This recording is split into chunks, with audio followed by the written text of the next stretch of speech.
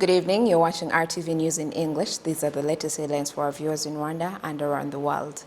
President Paul Kagame has called on Rwandans not to become complacent towards COVID-19 preventive measures in place, even though the country has made commendable progress in fighting the pandemic. The Rwandan National Police and the Congolese National Police of the Democratic Republic of Congo are going to increase their level of cooperation in order to eradicate terrorist groups and cross-border crimes. Industrialists are calling for access to funds to increase productivity in terms of quality and quantity of made in Rwanda products. And on the international scene, the Australian state of Queensland is opening its border to domestic travelers that are fully vaccinated against COVID-19 after 5 months of closure.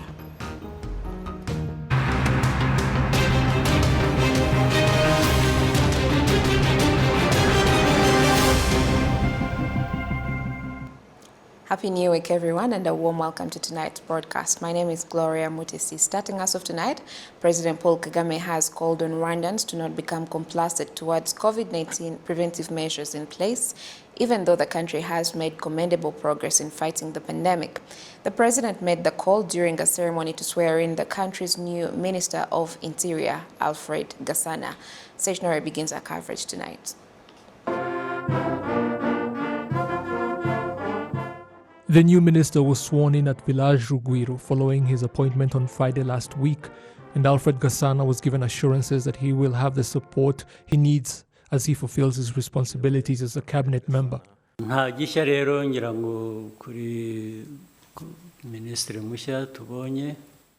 do not believe there is anything new for the minister we have just gotten, because he had been dealing with security matters in other institutions he had been working in. Certainly now he has bigger responsibilities, but that builds upon what he already knows and does. So you will work harder and better so that the country can benefit from it. I therefore assure you of cooperation between all who serve our country, as is always the case. And we will also support you so that you can properly carry out your responsibilities, and we can do the same in that way.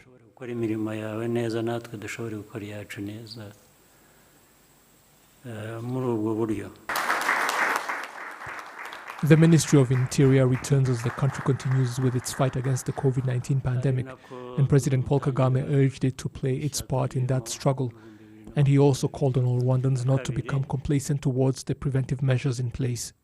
Even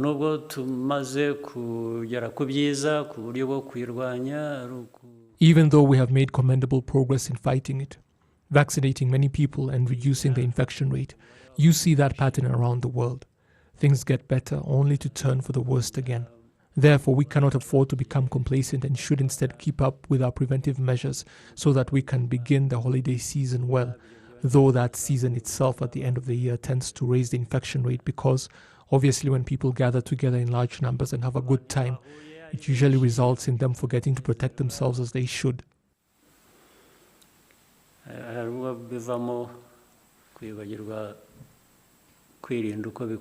The 53-year-old Minister Alfred Gasana has extensive experience dealing with security matters and working with local residents. Between 1997 and 2001, he was the Burgomaster of what used to be Nyakabanda Commune, and then served as the deputy head of what used to be Chiyumba District, in charge of economic development. From 2003 to 2011, he served as a parliamentarian and left the parliament to work at the National Intelligence and Security Service, where he was the Director General in charge of internal security when he was appointed to the cabinet last week.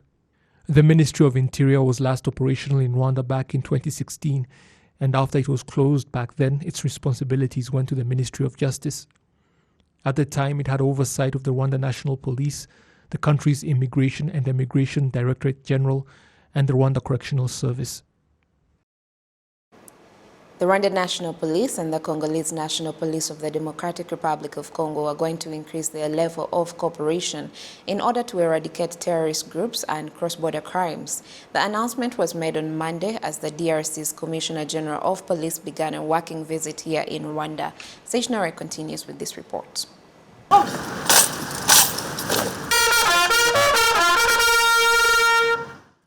The visit by the DRC's Commissioner General is being seen by authorities here in Rwanda as an important step in the progress towards greater cooperation between both countries.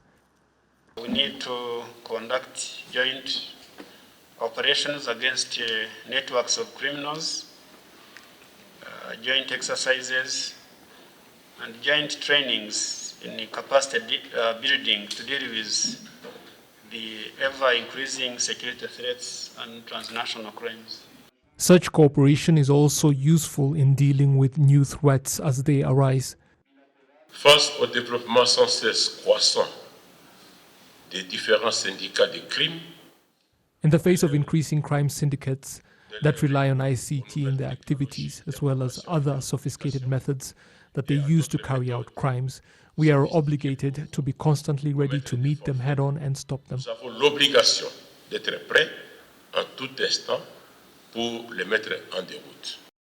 The two police officials also signed an agreement that will benefit not just their countries, but their region as well. Amasezerano akubiyemo by'ukuri ingingo z'ingenzi zijyanye no kubungabunga umutekano. The agreement includes articles on safeguarding the security of both countries and the region. It emphasizes that both police forces will fight cross-border crimes, Islamic extremists, groups like the FDLR and Rwanda, and all others that may seek to destabilize regional security. This is very important because only the police forces can effectively deal with the people who may seek to destabilize the DRC's and Rwanda's security.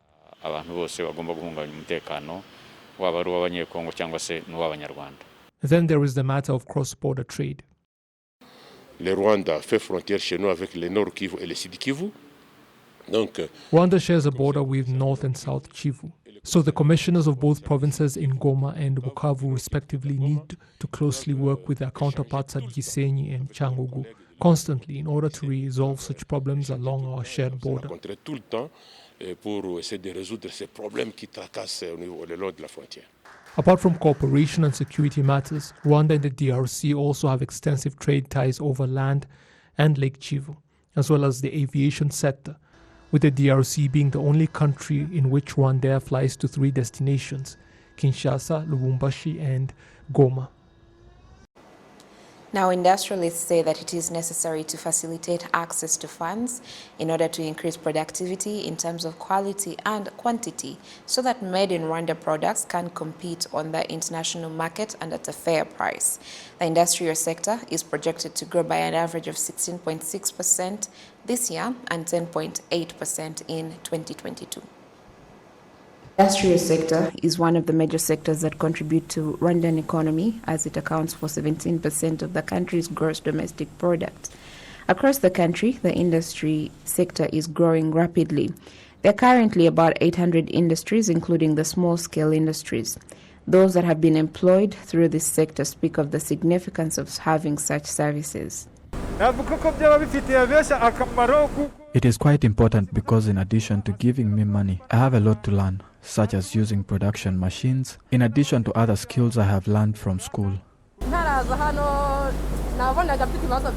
Before I came here, I had a lot of challenges. I used to rely on others for everything I needed. But since I started working here, I was able to solve all my challenges. I was also able to buy 3 bicycles that I earn from. So every time I'm paid, I invest that money and I get profit. The industrial productivity in the fiscal year that ended on the 30th of June 2021 was at 8.9% compared to 2.6% in 2019-2020. The gross domestic product grew by 3.5% in the first quarter of 2021, while in the second quarter it grew by 20.6%. The industrial sector alone accounts for 30% of the gross domestic product. Mineral productivity was at 87%, while industrial products were at 23% and construction at 33%. Industrialists say that they are working to satisfy the Rwandan market and increase its exports. In the 1 year we have been working, we have reached 35% in terms of exports. We want to change the economic balance and export more products than we import. So in the coming days, we won't need to look at importing as the first option. Statistics from the National Bank of Rwanda show that the gap between Rwanda's exports and imports in 2020-2021 was estimated at $2 billion from $1.927 billion. The value of exports increased by 16.4%, while the value of imports also increased by 8.8%. The spokesperson of the Rwandan Private Sector Federation explains why industries should be facilitated in order for them to increase their productivity. The challenge is not that made in Rwanda products aren't good. It's that customers want more, yet the products are few. The country has started to make investment plans. The other thing is to reduce the cost of our products, have constant power, and reduce the prices for water if possible, so we can compete in the international market. The COVID-19 pandemic is one of the obstacles that affected industrial works, with those that have continued to work being affected by the fact that raw materials had to be imported from abroad.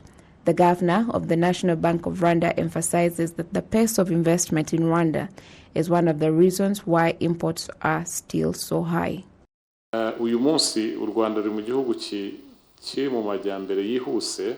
Due to the fast pace of development, the things we import from abroad are increasing, but imports that increase the country's capacity to produce products and export them have not been increasing that fast. A lot of what the industries use is imported, which only emphasizes the trade deficit. The industrial sector is projected to grow by an average of 16.6% this year and 10.8% in 2022. Last year's productivity levels plummeted to negative 4.2%. During the 2019 National Umushyikirano Council, it was decided that the private sector should work harder to increase the quality and quantity of locally made products. Tonight, we also tell you of Kigali residents 18 years and over that have continued to commend the government for its initiative to vaccinate citizens against COVID-19, with the exercise also being carried out at bus parks in Kigali city. The vaccination operations are being held at the Nyabugogo, Chimirongo and Kabuga taxi parks, with people taking their first, second or booster shots depending on how far they have gone in the COVID-19 vaccination process. They have provided us with this service, so we must do our part and be willing to get vaccinated. My home district is Muhanga, and I was unable to get my shot there because I was here working. So now that they are vaccinating people here, I was among the first to get vaccinated. It is good that they have come to us to encourage us to get vaccinated. It makes me very happy. I was already fully vaccinated, and now I am going to be given a booster shot. Even if I was to contract COVID-19, I would not be as affected as much as a person who is not vaccinated. This is good because in most other countries you will not see these sorts of initiatives, and people have to fend for themselves, taking long trips trying to get vaccinated. We are happy because the vaccines are being brought to us. Those getting vaccinated say they will continue respecting other preventive measures and call on all people eligible for vaccination to get the jabs. I won't become complacent just because I am vaccinated. I will continue wearing my mask, washing my hands with clean water, and avoiding crowds. Top health officials in Rwanda are also urging the general public not to become complacent because such behavior can only lead to dire consequences.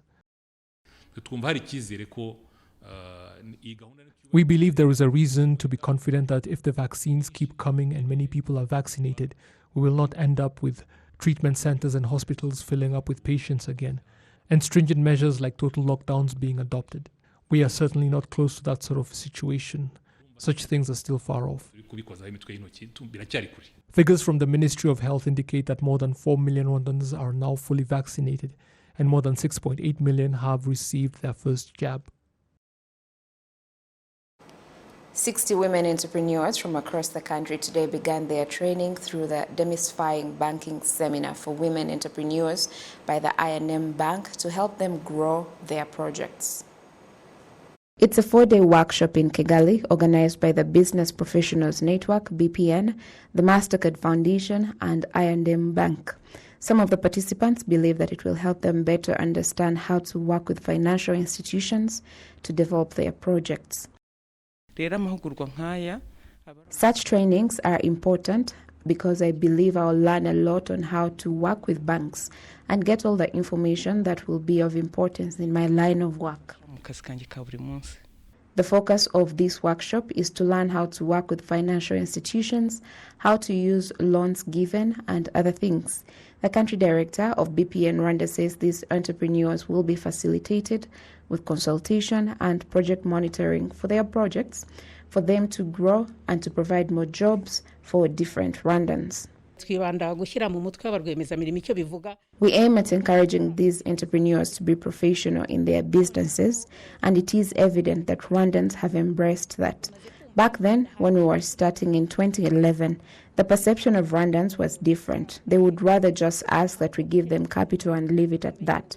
That has since changed. People approach us to share knowledge with them.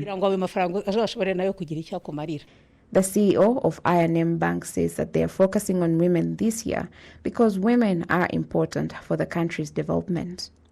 Is dealing with banks accessing finance for entrepreneurs with a specific focus this time is being on women and women entrepreneurs. And it just goes in line with the fact that SMEs account for 7 out of 10 jobs that are created in the market. In addition to the 60 entrepreneurs currently undergoing training, similar trainings were conducted last year with the participation of various entrepreneurs, including both women and men. I&M Bank, in collaboration with the MasterCard Foundation, also developed a project called Hanga Ahazaza, aimed at creating jobs in the tourism sector, targeting the youth. So that's it for tonight. Thank you for your company as always. Perhaps it's too early to say Merry Christmas, but I wish you a wonderful week full of merry and joy. God bless you and keep you. And until next time, I'm Gloria Mutesi. Bye for now.